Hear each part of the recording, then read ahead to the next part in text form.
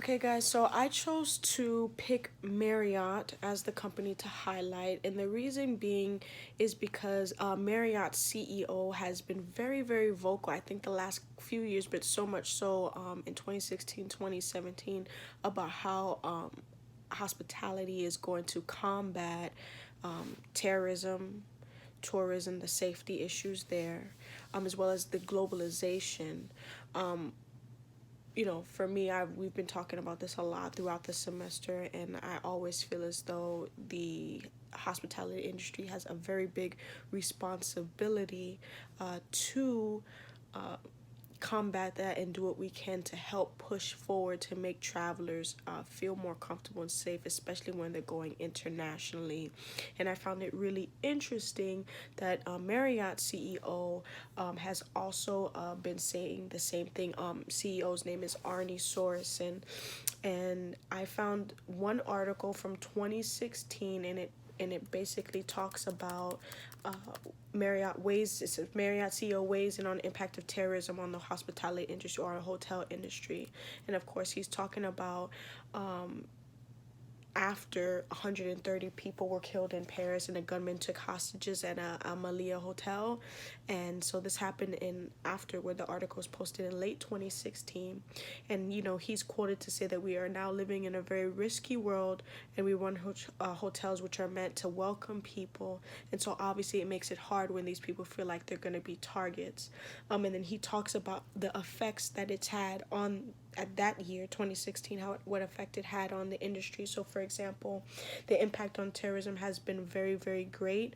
And then he noted that, for example, that year in Paris it went down 25% after November terror attacks, and he expects that the occupancy should level and normalize by February or March of that year. But the attacks cost hoteliers in Paris an estimated 270 million euros, according to the research that was done there.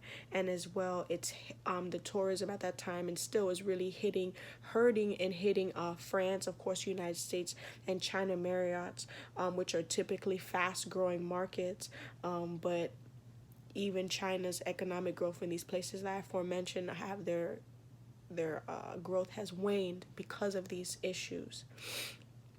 So again, these are some of the effects that happen that I definitely agree with him in regards to it. But another thing that I also found interesting is how we were, obviously I don't know, but we have the same view in the fact that hospitality is an industry where we have to do our part to help. And I found another article that also supported that, which was again him speaking at the World Travel and Tourism Council and Global Summit in Bangkok of this year from April 26th, so a couple months ago. And again, he says that we have a responsibility to help growing political and isolation. And so there were a couple of key points. He points out that, with upcoming elections that are happening in Europe and all of these places, we have a responsibility to help people feel safe and concerned, because right now he's stating that tourists are confused about and maybe angry about immigration and what's happening, and who are these people that we're letting in and out and traveling, and are these quote unquote immigrants the people that are helping us, especially with last year saying that it was an ISIS attack on in Paris and France, and how much of it has an effect. But he says the travel industry can help governments with immigration issues. So he says that they should come up with a global trusted traveler program, and it's a solution the travel industry, he says, should move towards.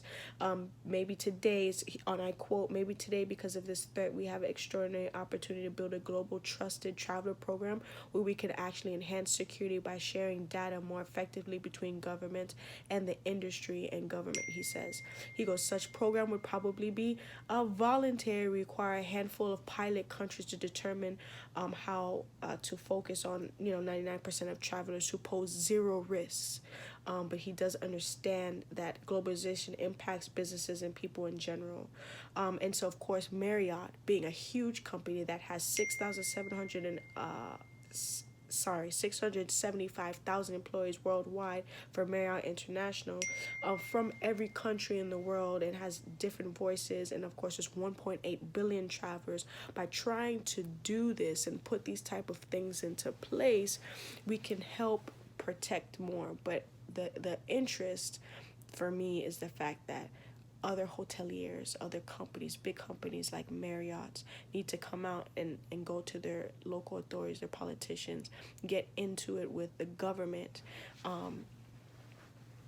and speak with them in regards to putting things like this in place, because by doing this, it makes people feel more comfortable to travel.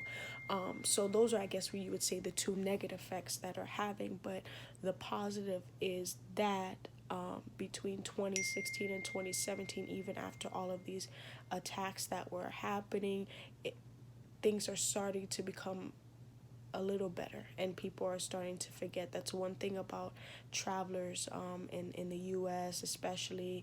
It's been said that we have a shorter attention span, and so once everything kind of cools down and cooler heads prevail, people forget and they feel more comfortable to travel again.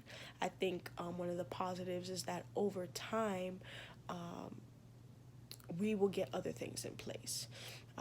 Prime example would be, in the beginning, pickpocketing used to be a big deal, but now they know that how to protect themselves. They created wallets to help from people stealing and taking things from you. So I think safety terrorism is going to find a resolve more often than not. And I think another positive that's going to come from this is the fact that now hotels are going to do trainings from firearms and first responder trainings. And I know it costs more money, but I think when you weigh how much money you're losing in the bigger scale, than making the investment to get first responders and people who are going to be there to help with these situations, it's more beneficial than it would be a detriment. Put the investment for the long-term goal. So, that was my brief synopsis. You guys have a good night.